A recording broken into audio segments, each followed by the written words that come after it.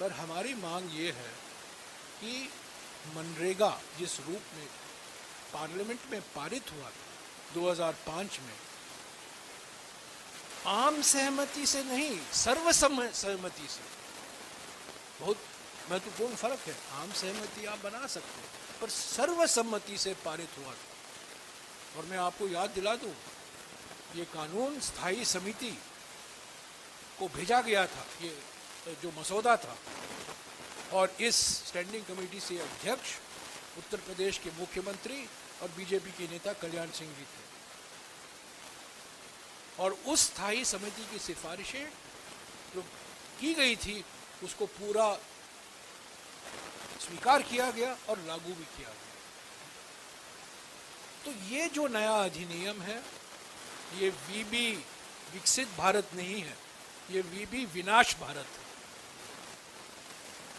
और जो पहला जी है वो गारंटी सिर्फ केंद्रीयकरण की गारंटी,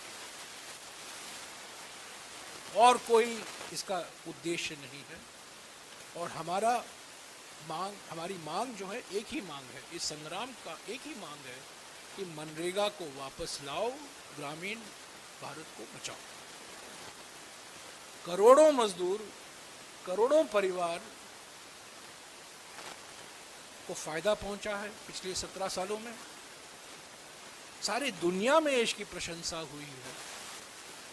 कोविड के महामारी के समय ये एकमात्र कार्यक्रम था जिसके द्वारा राहत पहुंचाया गया करोड़ों परिवारों को असंगठित क्षेत्र में।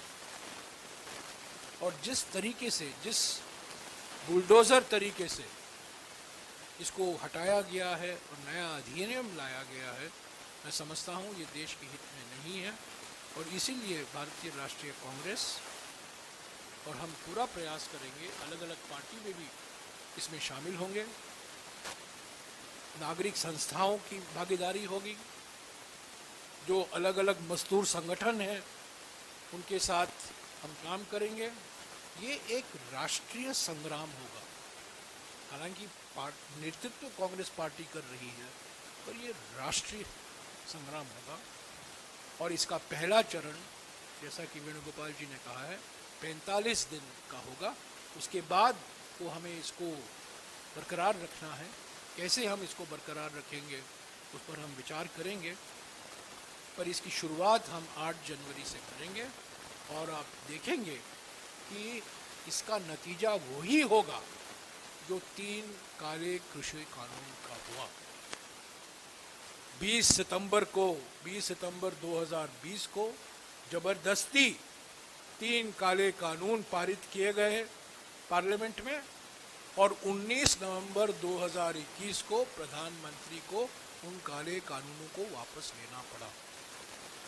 इस संग्राम का नतीजा वही होगा, मनरेगा वापस लौट आएगा।